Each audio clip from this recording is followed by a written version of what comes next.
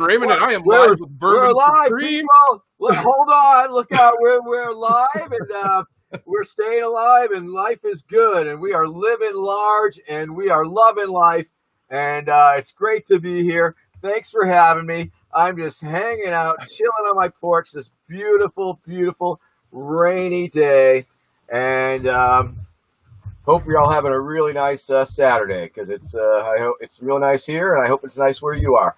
Where are you, Ryan? I am in Kentucky, just kind of near Cincinnati area, and anywhere near Florence?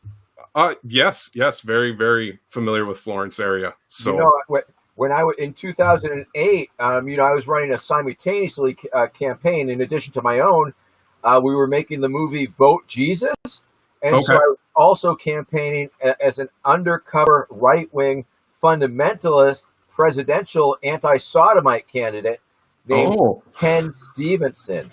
And so we were going around the country filming different events. We did Billy Graham Crusade in New York City, and we went to the Philadelphia Spectrum Center, where we attended a rally for teen abstinence. And the Marines for Jesus came out of the ceiling firing off their fake guns, and we just attended all these amazing events. I attended a creationist event that they had at Liberty University. I had the opportunity and pleasure to be able to interview Jerry Falwell, Sr., when he was still alive, and we ended up getting an invitation to attend the grand opening of the Creationist Museum in Florence, Kentucky. Yep, I'm very familiar with the Creationist Museum nearby there. We were totally there. Goodness, I wish I had the capacity to. If you type up "Vote Jesus Creationist Museum" on YouTube, there is a great clip that we should share right now. I wish we were thinking about that. Yes, but we weren't. So I don't know if you can insert it later or just some other time. But, yep, I'll get it shared. Yeah, type out if those keywords. But it was so crazy. It was so. So Vote Jesus Creationist Museum for those of you guys that want to go out there and Google something. But anyway, I've got Vermin Supreme on here, and we are live here. We're on Libertarian Candidates, where normally we interview candidates for all positions, all levels. And Vermin kind of came across a situation in Massachusetts where there is no Libertarians on the September 1st primary. So he announced a write-in campaign to secure the Libertarian nomination for U.S. Senate, because we're anticipating, as the Democratic machine has actually endorsed someone against their own incumbent, they've endorsed another Kennedy in Massachusetts. And so we're all kind of anticipating a Kennedy is going to be running for the Democratic ticket there. So we want to make sure we have a Libertarian running, and Vermin grabbed the torch and said, write me in, I'll do it. So why don't you tell us a little bit about the Massachusetts race you've got going on here and how this kind of came about? Well, I will. I think, because this is specifically geared in a show about candidates, I think that it bears a little exploration of, what is a candidate, what makes a candidate, what makes a candidate a real candidate, and not necessarily such a real candidate. And of course, my entire career of 30 years of running for the presidency, up until this last year, I wasn't a real candidate. I was sort of a parody candidate. I was pretending to be a candidate to utilize, the format of the presidential primary election, especially up in New Hampshire, to further, my messaging, which of course is, through absurdism and satire and humor. So ultimately, for the for the bulk of my career, although I've been, perhaps recognized as a candidate and claiming to be a candidate. And once again, one of the beautiful things about this country and running for president, is that by the simple declarative statement, once you make the self-declaration that you are running for president, you have created a reality. You have created a fact, an indisputable fact. If you're at least slightly modicum serious about it, if you don't have to get votes, you don't have to get donations, you don't have to register with the FEC, but if you tell your friends, I'm going to run for president, you should write me in, it becomes real, and nobody can dispute it. And of That's right. course, the beautiful thing about the Libertarian Party and the Libertarian presidential setup is that anybody can run for president, seek the presidential nomination of the Libertarian Party simply by saying that they are. So there's really zero and no entry for that. And essentially, we are creating our own reality through this declaration. I'm Vermin Supreme, I'm running for president. And not only that, but I am seeking the Libertarian Party nomination. So for the bulk of my career, once again, served as pretend candidate. But this last year, when I was recruited to be a serious candidate, when my campaign manager, Desiree Lindsay, reached out to me, over a year and said, Vermin, do you want to run a more serious campaign? And after giving all the considerations to what that meant and what that would entail, and discussions with my wife, and it just seemed to be a very natural extension of what I had been doing, but it was essentially pivoting. It was transitioning from being a not real candidate to being an actual candidate. And so this last year, running for seeking the Libertarian nomination was indeed my first real serious campaign. And of course, I wasn't, running for president or seeking the presidency, but I was seeking the nomination of the party in order to be the standard bearer and share, my ability to troll America and the political landscape with the Libertarian Party. So, for the 30 years of pretend running gave me a level of notoriety and reach that allowed me to make this very realistic offer to the party.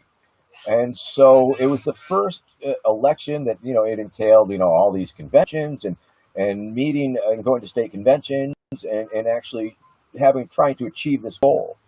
Now, when I did not receive the nomination, when Joe Jorgensen received the nomination after a brutal, bruising battle, of course, at that point, I ceased to be a real candidate because I wasn't really running.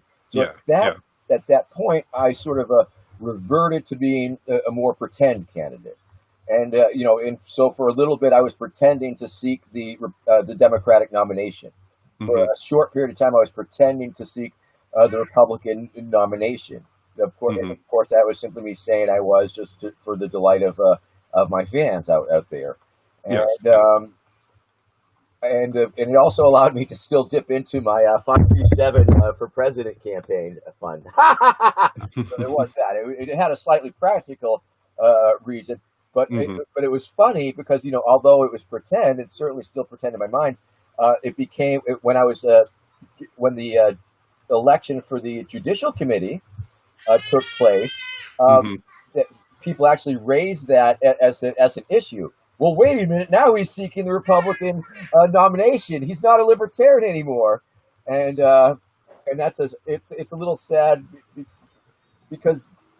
Literalists. There's so many literalists within the party. Yes, I think it's a personality type, and literalists are the ones who have the hardest time seeing all the multi-dimensional checker board that I'm playing with. You see.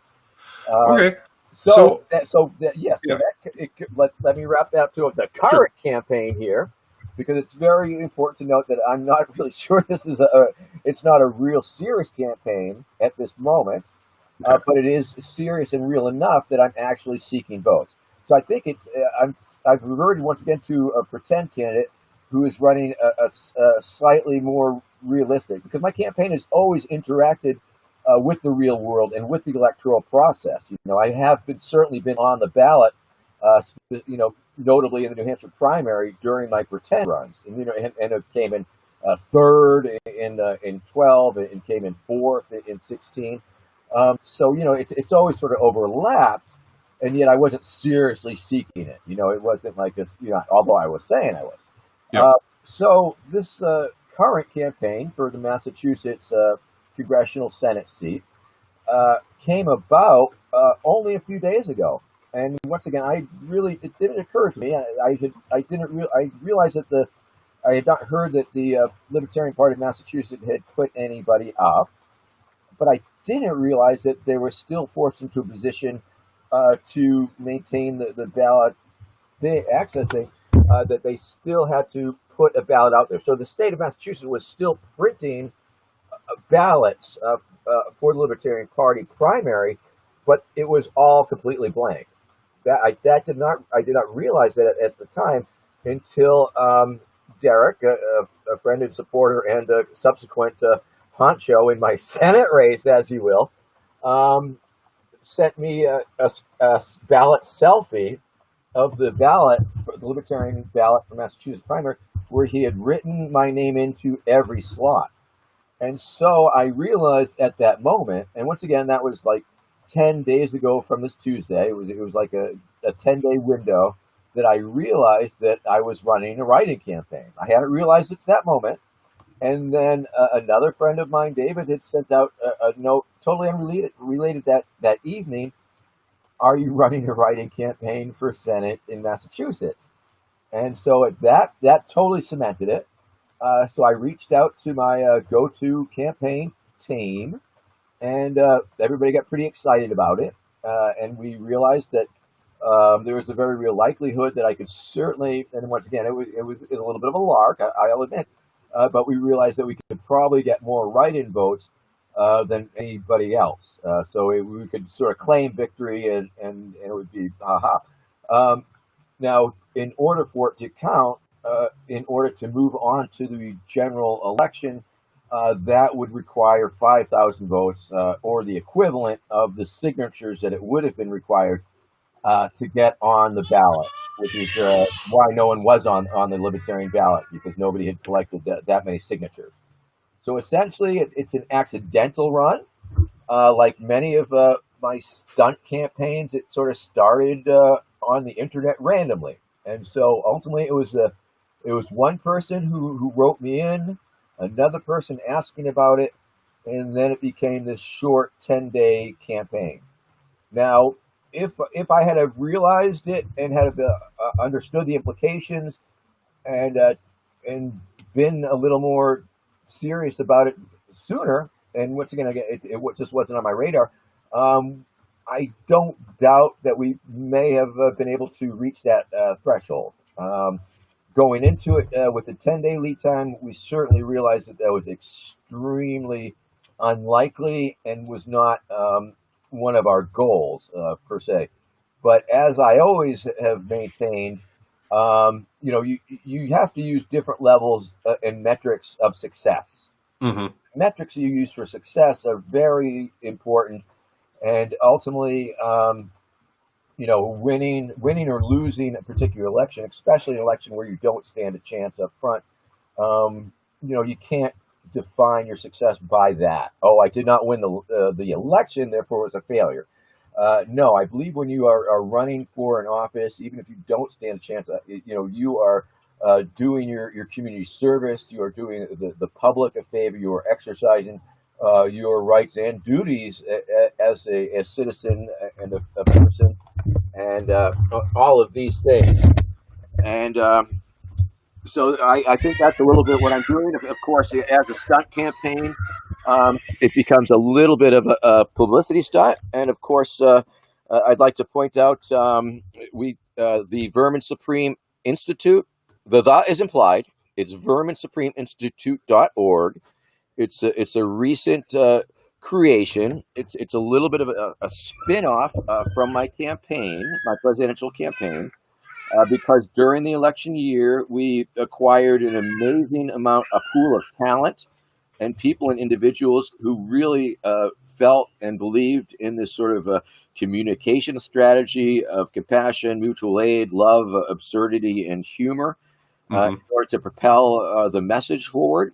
And so there were people on my campaign team that really wanted to continue that path and push that idea forward. And so we came up with this idea of the Vermin Supreme Institute, or rather Vermin Supreme Institute. The is implied. So if you go to verminsupremeinstitute.org, you can check that out. But one of our initiatives is the Disrupt the Vote, which was sort of a part of my campaign that we were developing to help down ticket candidates, specifically anti-duopoly, not just non-duopoly, but anti-duopoly candidates. And let me read you quickly our statement of purpose at Vermin Supreme Institute. Our purpose is to inspire social evolution through the disruption of authoritarianism, to promote compassionate activism, and to spread knowledge of redacted history. Through the use of humor, direct action, and mutual aid, we uplift the disaffected, disenfranchised, and disempowered, and also the disenfranchised. But back to the Disrupt the Vote initiative. We offer consultation to candidates and resources. We try and hook them up with media lists and other such things. So that's another wonderful project that we have been involved in. One of our candidates, and once again, we offer consultation service to wacky candidates, but also more serious candidates, because a lot of the people working our campaign have a whole lot of experience working on campaigns and being political operatives and candidates themselves. And so for like budding politicians and budding candidates and candidates who are considering running for something, we are able to help offer these resources. And one of our candidates, Adam Carbone, is running for mayor of Cranston, Rhode Island, and he had it in his mind that in order to stick in the public's mind and make a splash, he went to the debate because he qualified for the debate as a Democrat, and we usually don't play with that type of candidates, but he was doing it for a very subversive purpose. He went in wearing a hot dog costume, and this was just the other night, and you should look it up because it's pretty entertaining. And we wrote a little song. He said, "My city has a first name. It's Cranston. My city has a second name. It's Rhodeisland. You put them all together, and it spells the greatest city in the world." And he worked with some hot dog jokes and mustering the courage and relishing the opportunity and working his buns off, but it was received very positively, and people really loved it. So it's a project that we're loving, but we also have, like I said, another just many more more straight or normal candidates who aren't playing in that particular milieu, if you will. The funny thing about my current Senate race is that because I've reached this certain level, I got a little bit. I got media interest essentially. Mm-hmm. A lot of people. It would have made that impact. If it was probably anybody else trying to do a similar thing, it wouldn't have worked on this level because I'm this known quantity. But I had a local NBC affiliate reach out to me, and we did an interview, and that was great because I was all about sort of deconstructing it. I wasn't claiming that it was a real thing, although I mature to work with it. They presented me sort of from the goofy standpoint, but also it's like this at this point. It's interesting to find the balance between wacky and serious, and still being funny, and yet deconstructing to the issues. So one of the questions a lot of people do I get from you is like, if you were to secure the nomination and going into the general election, and because as you said, essentially what you're doing is solving the petitioning that should have been done earlier, the 5,000 signatures needed by doing the write-in campaign. I am not saying that. I don't think I'm claiming that, and I don't as I say, I don't think it's with a 10-day lead time, I don't believe it's a realistic goal. I believe if we had our mindset on it, and if we had 2 weeks, I think we could have done it. Okay. Well, let's go out on a limb. Let's just say we've reached enough people in Massachusetts, and they write you in. It's not inconceivable. I just don't believe it's realistic. Okay. Okay, so at least we're understanding what the realistic situation is here. But let's go out on the limb there. The people want to know if you're actually the candidate, Mhm. what sort of serious positions would you take, or would the entire campaign be a satirical Well, campaign? Because I know that you have some great policies that you can well, take. yes, that's a very, very interesting question, and it is a question that I have not really considered at all, because I just didn't. I don't think it's realistic. I don't think it's not inconceivable. Okay. And so ultimately, this is the first time that question has been asked, and I will say, I get my assumption is that it would pretty much look like my seeking of the nomination during the election year of the Libertarian Party, where it would indeed be a mix of serious and humor, quipping about the topics. Hmm. And I believe it would be probably very incumbent upon me, if you will, and in deference to the Libertarian Party itself, who I believe at that point I would have a responsibility to be representing, much as during my seeking the nomination, I was representing the Libertarian Party and representing the party platform and spending a lot of the time steering people outside of the party to the platform,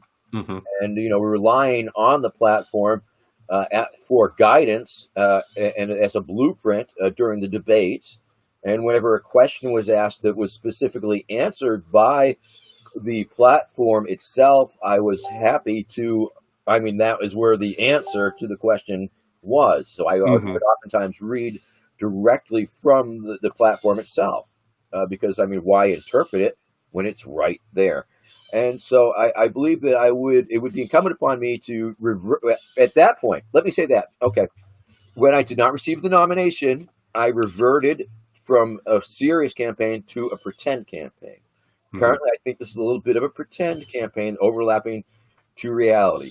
Now, if on the off chance that I receive the nomination, let me assure you that at that point, I believe that I would revert to becoming a serious candidate again.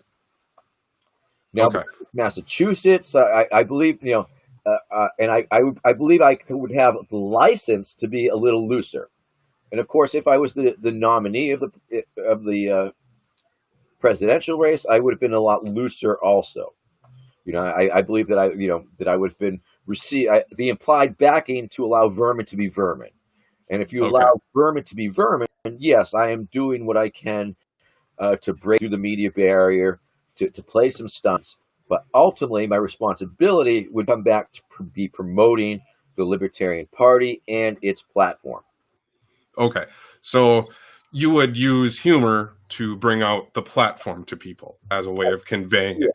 Yes, So, and of course, it would be looking very sharply at what issues do affect the citizens of the great state of Massachusetts. Also, and I would tailor the campaign to their specific concerns. I mhm. would be running it serious on a level, but as funny and entertaining as always, I would hope.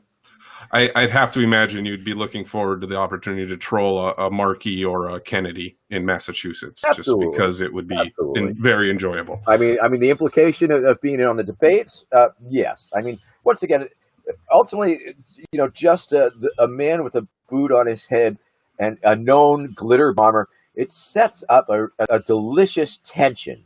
I've discovered, even if I don't do anything, just the presence of myself will often create this level of what's he going to do? Oh my Mhm. goodness! Oh, and I think that in and of itself is pretty fun.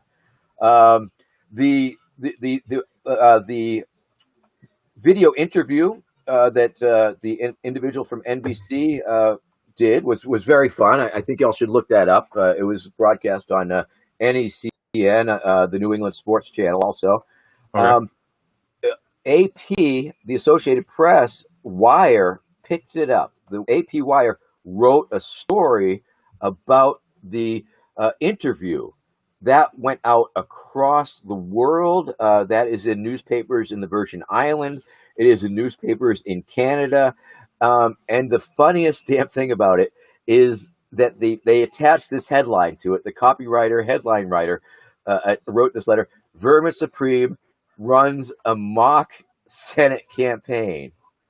And that is amazing when you think about it, because it's an anti-news headline. Okay, yeah, I'm running a mock campaign. Why are you covering it? It makes no sense. It's the equivalent of an onion or a Babylon bee.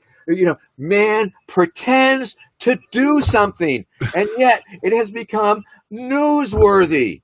That is just crazy. Meanwhile, people who won the nomination are completely ignored in the media, and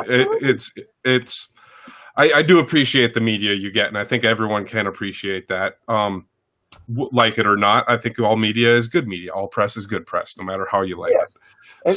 And ultimately, I think if you read any in-depth press, print or any other, it's generally complimentary. They generally get it. Unless they have a stick up their ass or are using it as a political, whap. Unless look at you guys crazy. But more often than not, they understand the gravitas. And, at this point, I am, as I claim to be, the elder statesman of wingnuts. Yep. Elder statesman of wingnuts. That's a good one. I do have one question. I think during the presidential campaign, your campaign may have done the most recruiting of new members to the LP. I think I saw a report on that somewhere. That is a fact. I received a plaque. Even though I am against plaque, I'm on record being against plaque. I've been an anti-plaque activist for many years, and the LP saw fit to give me a plaque in their national headquarters for winning the most recruited candidates. Of all the candidates who were running, and there were quite a few, yes, my game was pretty much on, and people were spontaneously joining on my behalf because they were believers. And I continue recruiting, and that will certainly aid in my efforts in 24. And yes, wherever 24 takes you. But man, there's 2021, 22, 23 in between. So it'll be interesting to see how your path goes. I'm taking a look at the governor's race in Massachusetts right now. The governor's race in Massachusetts for 2022. Would that be a real campaign type thing that you're looking at? I think that would be a hybrid. A hybrid. Okay. Let's call it a hybrid. Okay. All right. I can buy that. I mean, I think a hybrid, like I say, it's pretty consistent with all the past campaigns, even the full-on pretend campaigns, that they were essentially, stunt, facetious driven, putting, the pretend absurd to the forefront, but then pivoting to reality-based pseudo-pundency.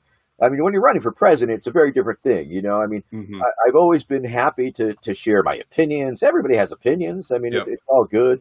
I've always been very careful to, disclaim that they're just opinions. I'm not an authority. I get my information like everyone else, just reading headlines that come across your Facebook feed. But during the presidential race, and I guess when you're a real candidate, it puts you under a slightly different position, where in addition to be, sort of during the debates, for example, I was a much more serious person. It was like a different character, a serious Vermin almost. And you have to pretend that you know what you're talking about. You have to, sometimes I found myself talking out my ass, attempting to put it in a libertarian framework, attempting to craft it in a way that would appeal to the audience, and attempting to sound authoritative while you're at it, and confident. And it's like, I am talking out my ass, but I am extremely confident about it. It's every politician in the world. So I think you've got that down perfect. So yeah, it's just a funny dynamic, and I guess I'm hyper aware of it. Having run a parody campaign, and then starting to have to interact and embrace some of the aspects that I'm parodying, some of the things I'm making fun of. Mm-hmm. I have to deconstruct and utilize. It's been a very interesting transition. Well, that is good. I would like to ask you, what, for candidates that are out there that I know we have candidates in the Libertarian Party that are always trying to run, or they may be struggling to get some media attention. I think that one of the most important things we need to do is to grow the party base, the affiliate base, the local parties. What advice would you, you've been a master of organizing things forever, or at least building a team around you that can help organize. What advice would you give to people who want to get involved in campaigns? What advice would you give to candidates who want to get a campaign structure built? Because you do have the passion of people that can follow you. So what aspects would you give? What advice would you give those people? Well, I would say, talk to your friends and people who believe in you and who share your vision and your ideals. And if you're working within the libertarian construct, that gives you a natural affinity with your local affiliates and probably your local social circles, and not being afraid to ask them to lend you a hand. Diagram in your mind what you need, the different aspects, the different positions that need to be filled, and I think that's info is readily available also, but try and think about who might be a good fit. Like I say, don't be afraid to reach out to Disrupt the Vote, especially if you're an anti-duopoly candidate. We fill out the questionnaire, and like we just have a number of people with wealth of experience, more so than I, because I've just been extremely lucky, and that this particular year I attracted people with passion who also happen to have a great deal of experience. I would say define your goals. Try and think about how you will be able to work to make it a success, to make it successful. Choose goals that are achievable.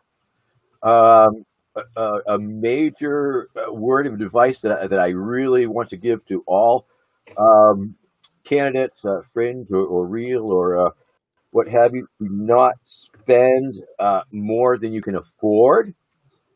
Do not go into hawk for your campaign. Do not leverage your children's college fund. Do not sell your house to finance your campaign. I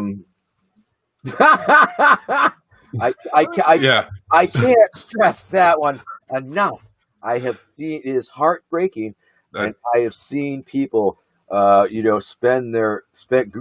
through their life savings on a very quixotic run, and please don't do that. I've heard of those happening, and I would feel awful hearing if anyone that did that again. I think the last thing I usually like asking people is what do you need for this campaign and upcoming campaigns? Can people get involved? Can they donate? What can they do to help you or anyone else that of the other candidates that you mentioned at your Vermin Supreme Institute and the Break the Vote, or sorry, Rock the Vote. Disrupt the Vote. Yeah. Disrupt the Vote. And just go to Rock the Vote. It's similar enough, but a little more disruptive.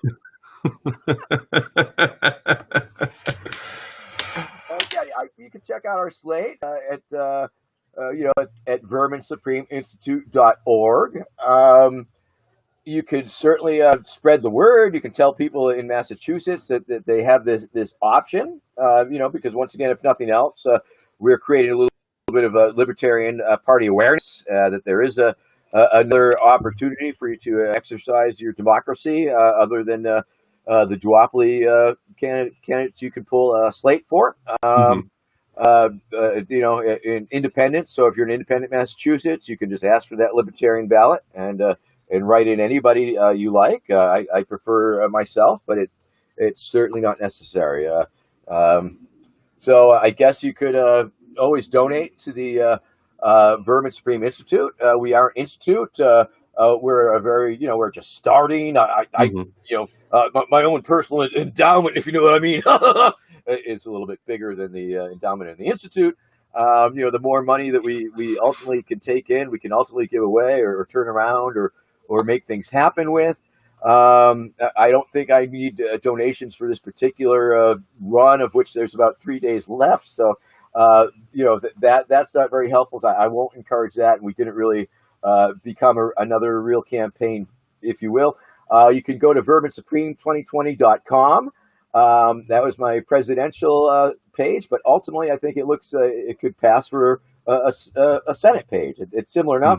It's still my name. It's still the year. You can go to the merchandise store. We have all sorts of exciting merchandises.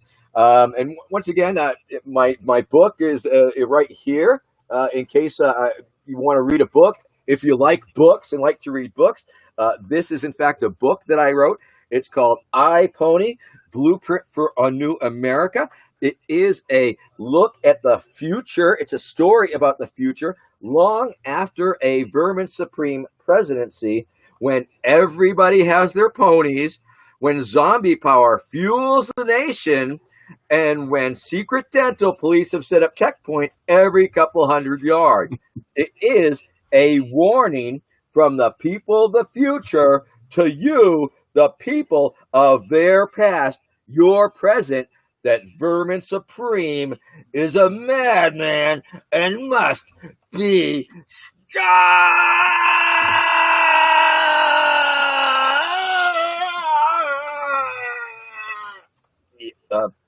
Like that. That's available at iponybook.com. It's a great book. It's got a lot of artwork that I'd show you, but it might get censored. That one. Yeah. Anyway, we're pretty far into the video. I don't got to worry about Facebook usually affecting it too much yet. So okay, it hasn't been a problem, but I usually like to flash it at the people. Once again, of course, I am the only candidate who has released his dental records, people. So, it helps if you have, I would not discourage potential candidates to, think about a hook, think about becoming a superhero, thinking about, having a persona. It's a legitimate way to run. I think, it's not for everybody. Well, Donald Trump himself is just a persona. Right? Okay.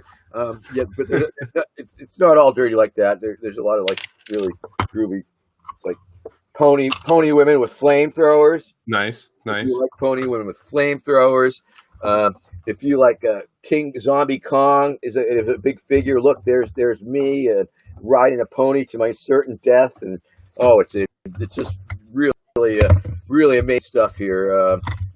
See, there you go. Zombies were used to make electricity in the future.